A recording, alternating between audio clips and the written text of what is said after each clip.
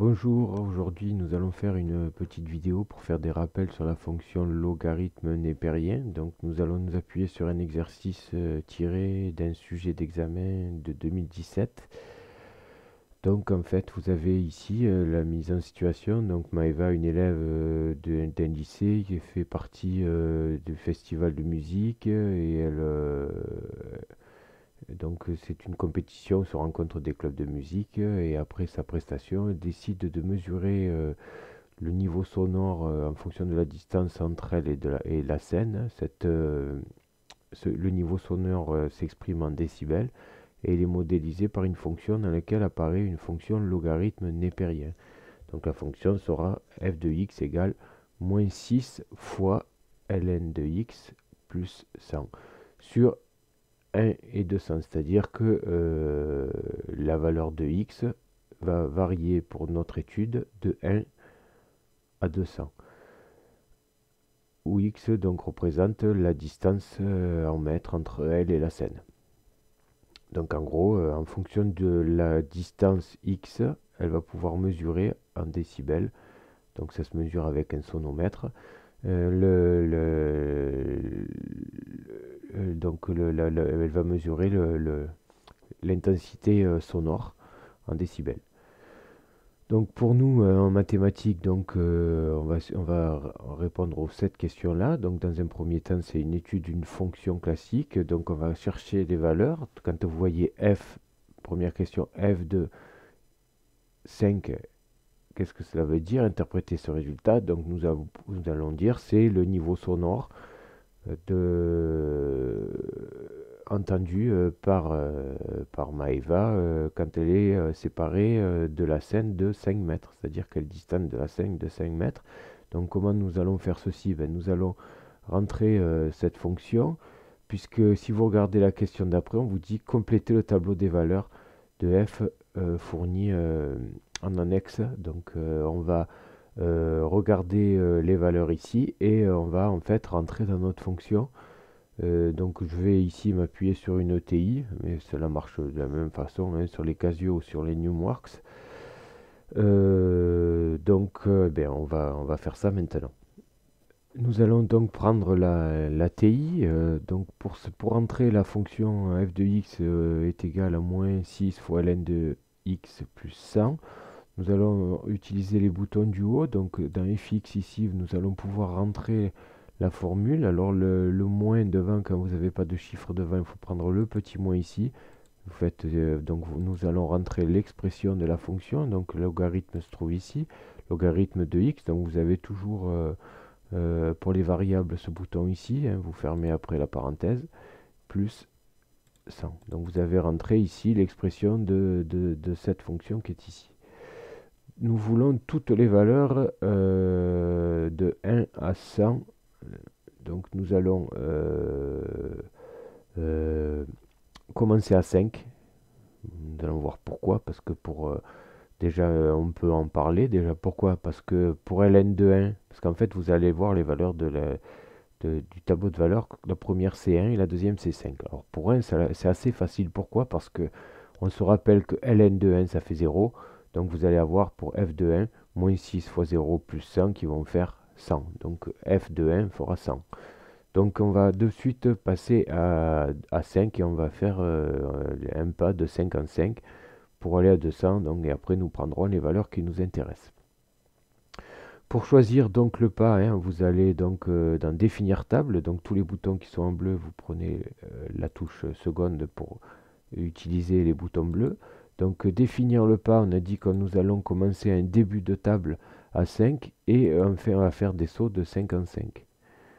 Et puis après il suffit de regarder la table en faisant seconde table ici, seconde table, et vous allez voir donc les différentes valeurs. Donc nous allons remplir les valeurs avec ceci et on vous dit les résultats seront arrondis à l'unité, c'est-à-dire qu'on ne veut pas de chiffres après les virgules. Donc on va remplir ces valeurs en fonction de ça. Par contre, ce que l'on peut dire déjà, c'est que f de 5 fait, donc si on arrondit pour répondre à la première question, à l'unité, ça fera 90, puisqu'après la virgule, pour les dixièmes, nous avons un 3.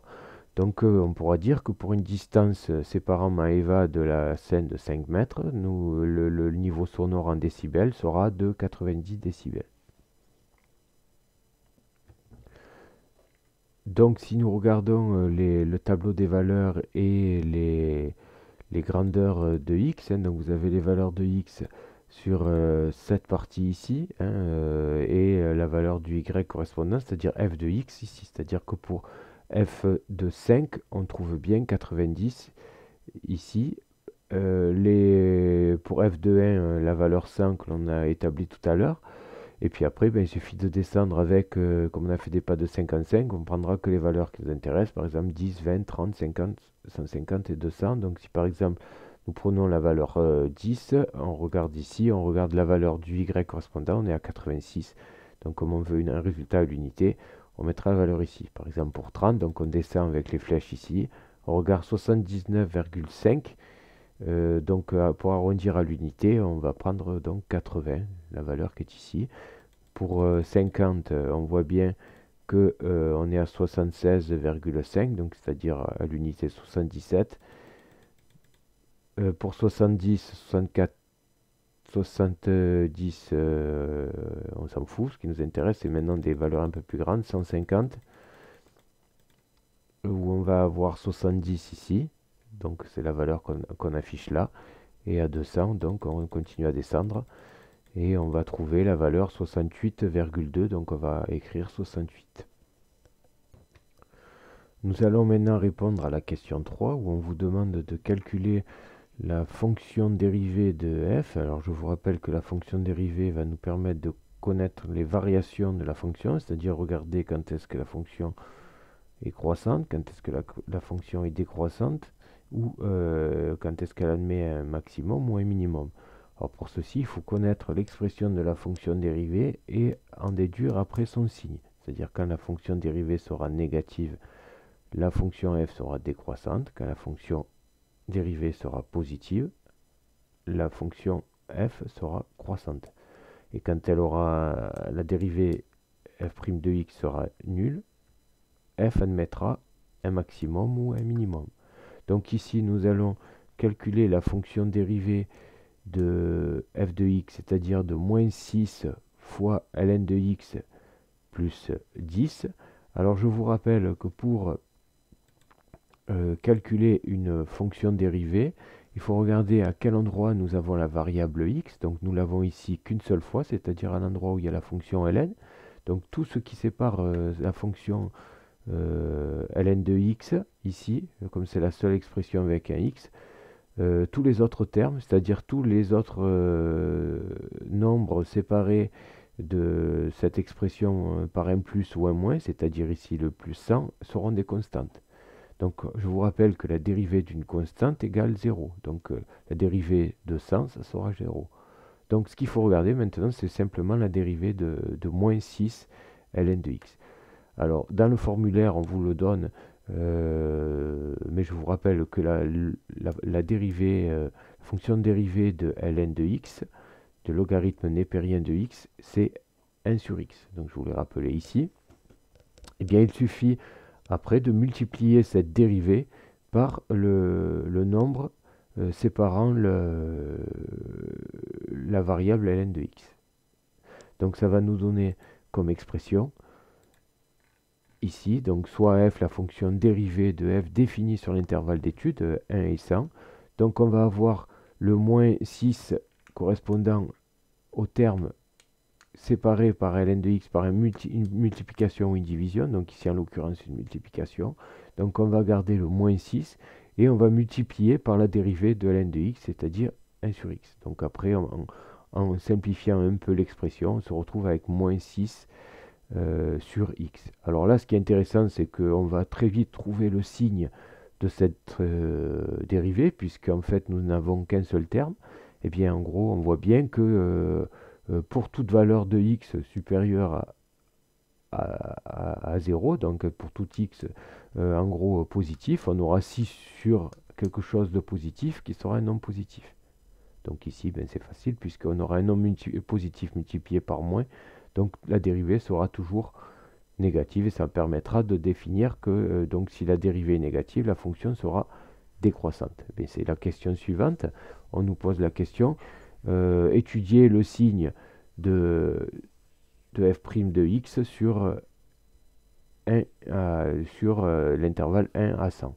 Donc du coup, ça nous permet de dire pour la question suivante que on a en gros, on peut écrire déjà que 1 sur x sera toujours positif.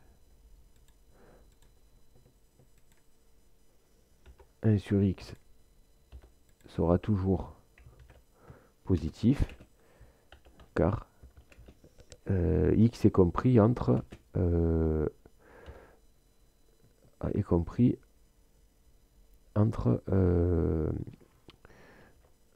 on va mettre le signe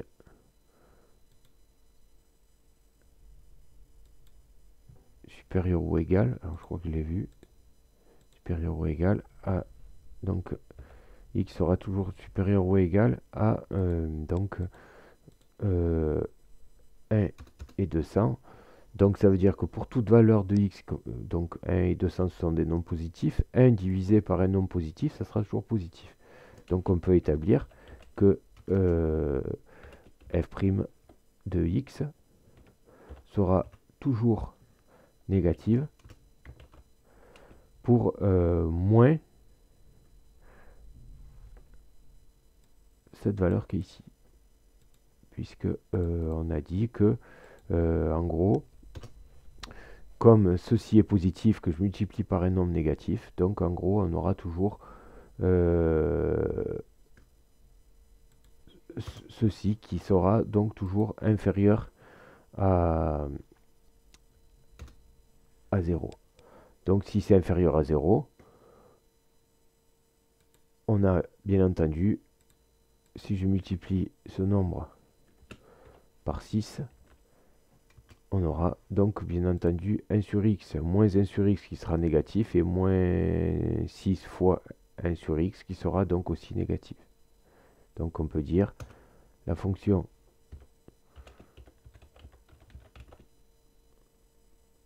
f' est négative pour tout x compris entre 1 et 200. Voilà pour la question 4. La question 5, du coup, on va regarder, donc compléter le tableau de variation. Vous fera apparaître les valeurs 1 et 200. Donc nous allons retourner sur l'annexe. Nous avons vu donc ici que la fonction dérivée est toujours négative. Donc nous pouvons déjà mettre un signe moins ici sur la totalité. On va faire l'étude de x qui est compris entre 1 et 200. D'accord? Donc le fait que la fonction dérivée soit négative, on peut dire que la fonction f, elle sera décroissante. Et puis après, il suffit de mettre les valeurs. Elle va décroître entre quelle valeur et quelle valeur. Et bien on voit bien entre la valeur ici, bon là je dépasse, mais essayez d'écrire dans cette partie-là, entre 100 et la valeur ici, 68. Donc on voit bien qu'on est en phase entre les valeurs du tableau, les valeurs que l'on a remplies dans la question 2, et les variations de f. Donc on a bien la fonction qui est décroissante entre pour x égale à 1 et à 200, et donc les valeurs de f, c'est-à-dire le niveau sonore, va descendre de 100 à 68 décibels. Nous allons donc passer à la partie graphique, c'est-à-dire que nous allons placer les différents points que j'ai fait au préalable ici. Donc vous avez tous ces points à placer sur l'axe, donc le graphique, le repère que l'on vous donne. Vous avez en bas les abscisses, c'est-à-dire les distances notées par la valeur x, la variable x. Donc elle va varier entre 1 et 200, donc on est cohérent avec le repère qui est ici. et le f de x correspondant à l'intensité, c'est-à-dire le f de x correspondra à l'ordonnée. Donc pour placer le premier point, alors si vous voyez ici, on va de 10 en 10, donc un petit carreau ici correspondrait à 5. Donc vous voyez bien que la précision sera relativement moyenne.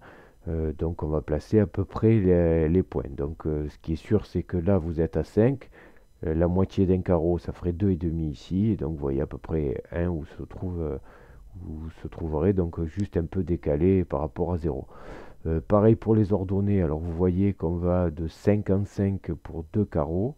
Donc un carreau ça fait 2,5, c'est-à-dire qu'ici je serai à peu près entre 60 et 65, c'est-à-dire le carreau d'ici serait à 62,5. Alors pour le premier point, donc 1 en abscisse et 100 en ordonnée, donc 1 ici et 100 pour l'ordonnée. 5, donc vous voyez que 5 ça va être le point ici, le premier carreau hein, sur le X, donc il va se trouver là, et on se place à 90. Donc on va faire la croix, il vaut mieux faire des plus, hein, l'intersection d'un abscisse ordonnée sur un repère perpendiculaire. Donc après pour 10, 10 vous avez l'ordonnée, l'abscisse ici, et l'ordonnée, alors voilà, 86, alors à peu près hein, la position ici, puisque là c'est 87,5, hein, la moitié est entre 90 et 85. Donc en gros, vous avez ici 2,5. Donc si vous prenez une unité de plus que 85, on décale un peu plus au-dessus par rapport au trait correspondant à 85. Pour 20, un peu pareil, hein, pour 20, 82, donc on va se placer ici à 20. 82, c'est un peu en dessous de ce carreau ici qui correspond à 82,5. Voilà pourquoi je l'ai positionné ici et ainsi de suite. Donc, et les deux derniers, par exemple, 150 et, et 70. Donc celui-ci est relativement précis. Et 268, donc un peu au-dessus de 67,5. Donc après, eh bien, vous tracez à la main, puisque c'est une courbe et non pas à la règle, euh, la portion de courbe que l'on va obtenir ici. Donc ça va nous donner cette première partie où on voit que la fonction décroît relativement rapidement, on va dire. Tout en relativement, pourquoi? Parce que la fonction logarithme, je vous rappelle, hein, l'intérêt de la fonction logarithme, c'est de réduire les grandeurs, c'est-à-dire, par exemple, si on regarde une distance, la fonction logarithme transforme une multiplication en addition, donc ça permet de réduire les échelles. Et la deuxième portion, du coup, nous donnerait cette partie-là. Voilà pour la représentation graphique. Après, vous pouvez mettre un titre, vous pouvez marquer représentation graphique, courbe représentative de la fonction f, ou alors représentation de l'intensité sonore en fonction de la distance séparant Maeva de la scène. La dernière question qui nous intéresse ici, nous avons Maeva qui souhaite que le son soit de 75 décibels. À quelle distance doit-elle se placer de la scène? Donc dans un premier temps, nous allons le faire graphiquement. Alors si nous prenons notre graphique de tout à l'heure qui est relativement peu précis, hein, notamment si vous voyez ici, j'ai manqué un peu de précision ici, donc on voit bien qu'on pourrait plus descendre sur un arrondi comme ceci qui nous ferait vite varier, vous allez voir, de 20 unités facilement dans les X. Regardez, si j'arrondis un peu plus ici, on voit que l'intersection serait par là. Pourquoi? Quelle est la solution que j'ai trouvée ici? Donc du coup, pour les 75 décibels, je me place donc à 75 décibels qui est sur l'axe des ordonnées. Je fais une droite horizontale, c'est-à-dire parallèle à l'axe des abscisses, et je regarde l'intersection. Donc là, d'un point de vue graphique, si je me prends juste la fonction que j'ai et l'intersection avec cette droite ici, on voit bien que le x ici serait proche de 80. Donc si on regarde graphiquement par rapport à notre courbe ici, on dirait que pour être à 75 décibels, il faudrait une distance de 80. Mais on va voir que par la valeur algébrique, on est un peu loin de ces 80. Donc là, on ne pourrait pas vous compter faux si vous faites graphiquement comme ceci. Mais on va le faire donc par le calcul où, en gros, cela revient à dire quand est-ce que cette expression-là est égale à 75. Donc en gros, quand est-ce que euh, moins 6 fois ln de x plus 100 est égal à 75. Donc du coup, si je fais passer le 100 de l'autre côté, ça fera 75 moins 100, donc moins 25. ln de x, donc si je fais passer après le moins 6 qui est séparé par la fonction ln de x par 1 fois, donc pour faire passer l'autre côté de l'égalité, je divise par moins 6, donc les moins du moins 25 et du moins 6 s'annulent, c'est pour ça que vous avez 25 sur 6. Et après, pour enlever la fonction ln de x, vous avez la fonction réciproque de la fonction ln de x qui est la fonction exponentielle.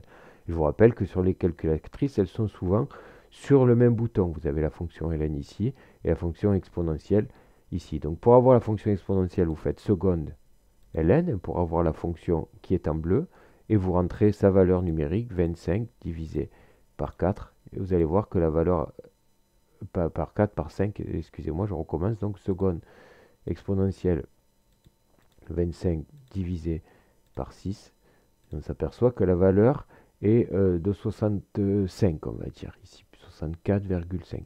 Donc si on arrondit à l'unité, pour rester dans le même ordre de grandeur que tout à l'heure, on serait à 65. Donc ici, on serait plutôt à 65 décibels. Donc on voit bien qu'il y a une imprécision sur notre graphique de tout à l'heure. Voilà pour ce petit exercice. J'espère qu'il vous permettra de revoir de façon sereine la fonction logarithme. Et à bientôt.